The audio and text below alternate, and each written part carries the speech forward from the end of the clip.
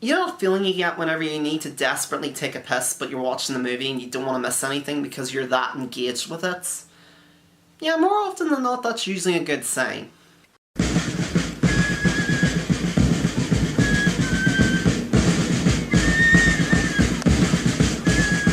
Hi, I'm Danny Quinn, and welcome to another episode of First Impressions.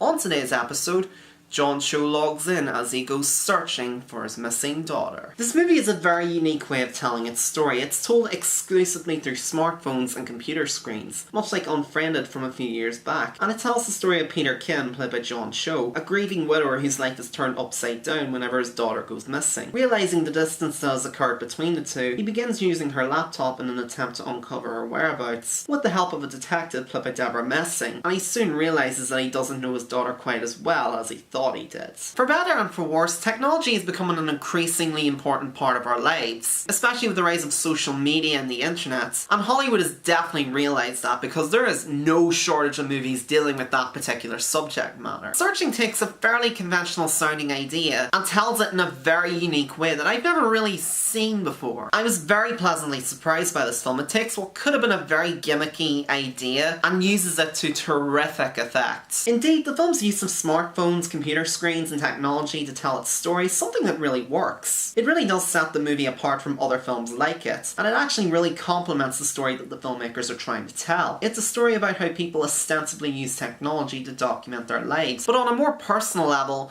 it's a story about parent-child relationships, and it frequently raises a question about whether or not you truly know your child. The film is very efficient with how it tells the story. It begins with a fantastic opening sequence where we see David's life up until his wife tragically passes away from cancer, and it establishes his relationship with his daughter before and after this particular event. And there's a sense of tragedy to the character of David as he finds out that he doesn't know his daughter anywhere near as well as he thought he did. John Cho gives an absolutely fantastic performance. It's a very showy and intense turn, and he does an excellent job conveying the sheer desperation and fear that his character is supposed to be going through. He's somebody who's driven not only by his own obsession to the point that he does occasionally make very rash and careless decisions, but also by his own guilt. The film also serves as a great commentary on how the internet works in general, especially once the news of Margot's disappearance becomes more public in the film's second half. It basically becomes this huge media sensation. All these people start commenting on the matter, they start exploiting the situation, and some even start throwing around false accusations, especially towards David. This whole part of the film in general reminds me a lot of Gone Girl, and there's even a brief reference to that film where a website refers to the incident as Gone Girl 2.0. And the mystery itself is quite an intriguing one. You really feel like you're in David's shoes throughout the entire film trying to figure out what's going on. And the movie does manage to have a little bit of fun with this mystery. It's a largely very serious film, but there is a few moments of humour here and there that actually is quite appropriate and surprisingly funny. Especially this running gag where some of the suspects were at a Bieber concert when Margot went missing. It's the kind of film that constantly keeps you guessing until the film's climax, and you're never really sure where it's gonna go next. And I mean that as both praise and criticism, because while I do think the film overall is very good, and it feels very realistic, it feels very natural, I'm not fully sold on the film's ending. It just feels a little bit too Hollywoodized. Yeah, it is a pretty satisfying conclusion to the movie, and it does tie into the overarching themes quite well, but I also feel like it's a little too contrived. It almost feels like it was just added in by the studio just because they thought the ending was originally a little too depressing. That's really my only issue with the film. Everything else aside from that is great. It's a brilliant commentary on both the use of social media in our everyday world, as well as on parent-child relationships in general. It's a great mystery, it's quite suspenseful and leaves you feeling very emotional and uneasy after watching it. And first-time director Anish Chagnati, I think that's how you pronounce his name,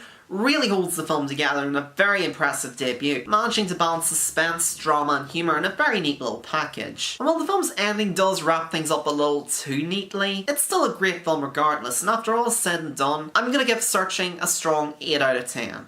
I definitely recommend seeing it. If you're into old-fashioned, simple mysteries, this film's definitely worth checking out. So Searching, have you seen it yet? If so, what did you think of it? Did you like it? Did you not like it? What did you like about it? What did you not like about it? Let me know down in the comments below. Thank you once again for watching. I hope you enjoyed this video. Feel free to leave a like, leave a comment, maybe even subscribe to my channel while you're at it. And if you want to follow me on social media or support me on Patreon, links below down in the description. And if there's anything I can do to improve my presentation, do let me know. I'm always happy to hear feedback as long as it's somewhat constructive. And until next time, I'm Danny Quinn, and I hope you have a pleasant evening.